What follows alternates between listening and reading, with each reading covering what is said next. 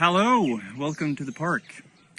I'm recording this video as a little response to an interview I saw with James Glattfelder, who, for all I know, is a quantum physicist, worked with a lot of complexity stuff and wrote a brilliant book, which I haven't read, but I've read parts of it, about quantum mechanics and a new paradigm on consciousness and meaning and the nature of reality. And there were two things in that interview that I wanted to comment on, and that I most of all wanted to actually tell James myself, and I thought maybe this is a good way to do it. Now, the two things he said there was that he asked the question, how can it be that the universe has a purpose, that the universe has meaning in itself? How can we even approach that idea from a materialistic perspective? And argued for, of course, we can't. But the quantum reality, or the more complex reality, which is also inherent to the worldview of spiritual systems, it says to be full of meaning. That meaning is kind of the ontology, like meaning is the foundation of reality, while the materialistic worldview throws that completely out of the window and says that no, meaning doesn't even exist. So he asked rhetorically, like, how can this be possible? How can the universe have meaning? And or purpose, I think that's the word used, which is more meaningful to my answer. Like, how can there be a purpose of the universe? And then the second thing he asked was, he was referring to this experience from yogic practitioners who are claiming, which is said in the Yoga Sutras, that the nature of knowledge, the way we really know something, is that the knower, which is us, and the object of knowledge become one in the same, that we're merging. And now, what does that even mean? How can that be understood? And was also questioning if that at all can be understood from the perspective of physics.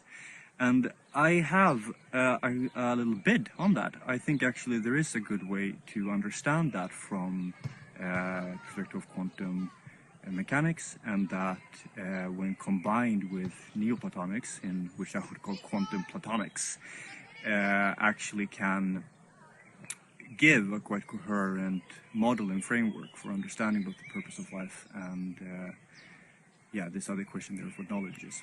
So I'm just gonna pitch that here, and if you see this, James, then very nice. I hope that it clicks. And also I wish to apologize in advance for my use of the quantum terminology. Like, I'm by no means an expert in this.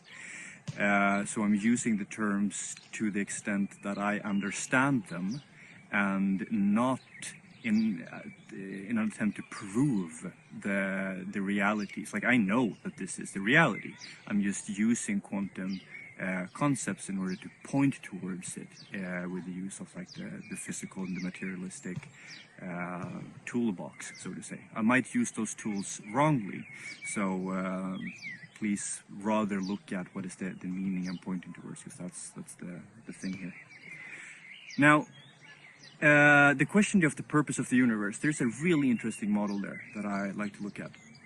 There is this idea from physics of entrainment, which is that a vibratory system that is very strong, like let's say you have a string that is vibrating at a certain frequency, right?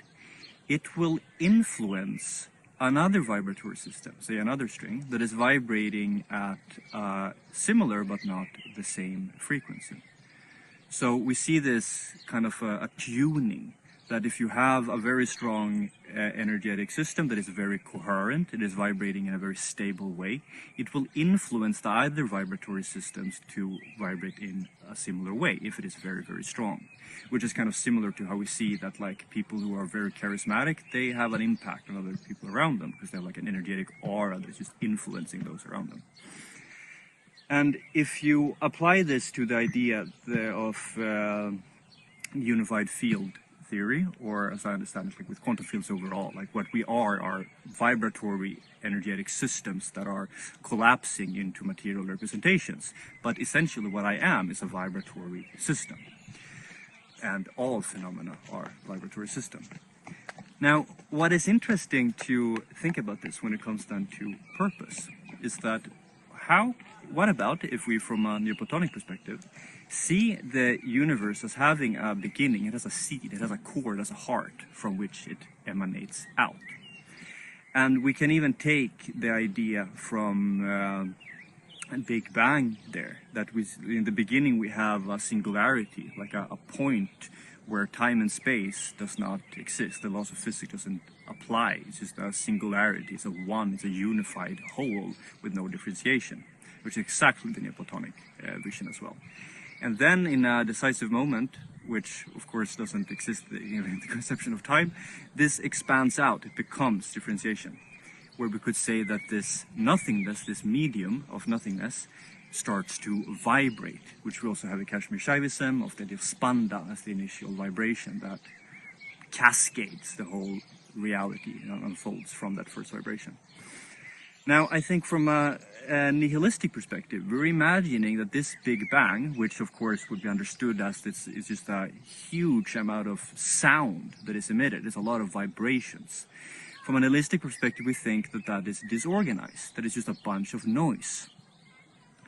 From a Neoplatonic perspective, however, or even better quantum Platonic, we would think that it's actually not a disorganized bang, but it is a highly organized and harmonious symphony. Isn't that a beautiful image? Like the creation of reality is not just blah, but it's like it's an orchestra. It's a beautiful, harmonious, endlessly complex symphony that is emitted. Like a high C. It's a very beautiful, beautiful image, right? That is reality. And that these vibratory frequencies that are emitted are extremely strong. Like it's the beginning of everything. And then, of course, we can see, just to make a little quick model turn here we need, that these frequencies can be bent out of tune, they're reflecting on each other, and there comes coherence, but also dissonance, so we have all kinds of notes out there.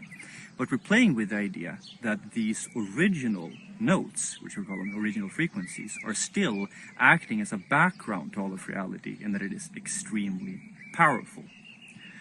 Now, from this perspective, and if we correlate that to what we know about entrainment, how strong systems are influencing weaker systems, wouldn't that mean, and this is a question for, well, for you, James, for listening, but also for everyone else, wouldn't that mean that these strong vibratory systems, which we can conceive them as, would gradually tune the weaker systems to be entrained with them, to resonate at the same frequency? Which is what we have in Pythagoras, right? The idea that we are tuning our microcosm to resonate with the macrocosmic harmony. And this also very interestingly coincides with the Neoplatonic idea from Iamblichus, that the purpose of life is to return to the original likeness of the divine. There's two parts of this. One is that, like, okay, good, we have absolute reference points here. We have these notes that we should tune our lives to. But it's also this interesting idea that, hey, what if this purpose is not just that, yeah, if you want some purpose in your life, James or Billy, you can tune yourself to these. But that it's actually a principle. It's an attribute of reality itself, that it is striving towards this return. It is striving towards this state of coherence and unity. Because these energies are so strong, because these vibrations are a stronger system, it is inevitably working on the weaker systems to be tuned towards it. So it is an inherent purpose, so to say, of the universe itself to strive towards this coherence of basically returning to the image and likeness of the original symphony in the beginning of the universe, which of course, beginning before the start, is a transcendental state. I think that's a very interesting theory. Now, for the second part to this, which will tie in, but also is the question there about consciousness, then, like, how can the knower and the known be the same? Then, meaningfully, in Kashmir Shaivism, because of course, also from physics, hey, the vibration needs to manifest in something, right? Like, then there must be a medium through which the thing vibrates. Just like we have water, the waves ripples through water. If you remove the water, there can be no ripples, right? So from the perspective of Kashmir Shaivism, this medium is consciousness itself. That the vibrations, energy, all of manifestation, the plants you see here and my hair and glasses and everything, it is vibrations, it's an excitation of the medium that is consciousness.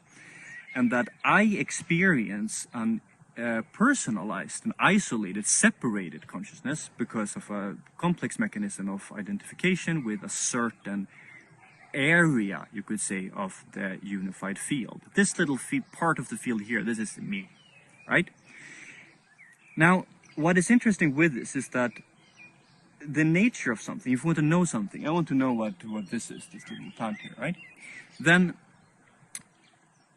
what that means is that this thing is actually a quantum field. It's a complex vibratory pattern that is there. Now, how do I get to know that? The best way is, of course, that I become it, because this is a complex quantum state that is vibrating there. And it's much more than meets the eye, because it collapses just to a little representation, right? So how do I know this thing? The best is, of course, that I modify my little part of the quantum field here to resonate with the same energetic pattern, because that way I know it. But because I'm essentially it, I know it from inside. And this is what this model of energy being ripples in the medium of consciousness is really effective, right? Because that means that the process of dhyana, of meditation from the yogic perspective, is that by contemplating something, I am tuning my consciousness to resonate in the same energetic pattern that is. And because of that, my inner state will be the same as the quantum state of the thing that I am contemplating, and in that way I know it intimately. And not only that I know it, but in all meaningful ways I am that. Because everything that characterizes the thing I want to know, this little thing, is exactly replicated in my own consciousness. There's no difference. There's no meaningful difference between me and the thing I want to know. Which is the explanation there to your question. How can the known and the knower be the same? So this is some fancy ideas here. And I would be really interested to hear your comments on it. If you think this is an effective way to see things, if it helps in any way, or also if you have any comments like, dude, you're completely misunderstanding this part, it doesn't work that way, it would be very helpful. So thank you for your attention, and wish you an awesome day.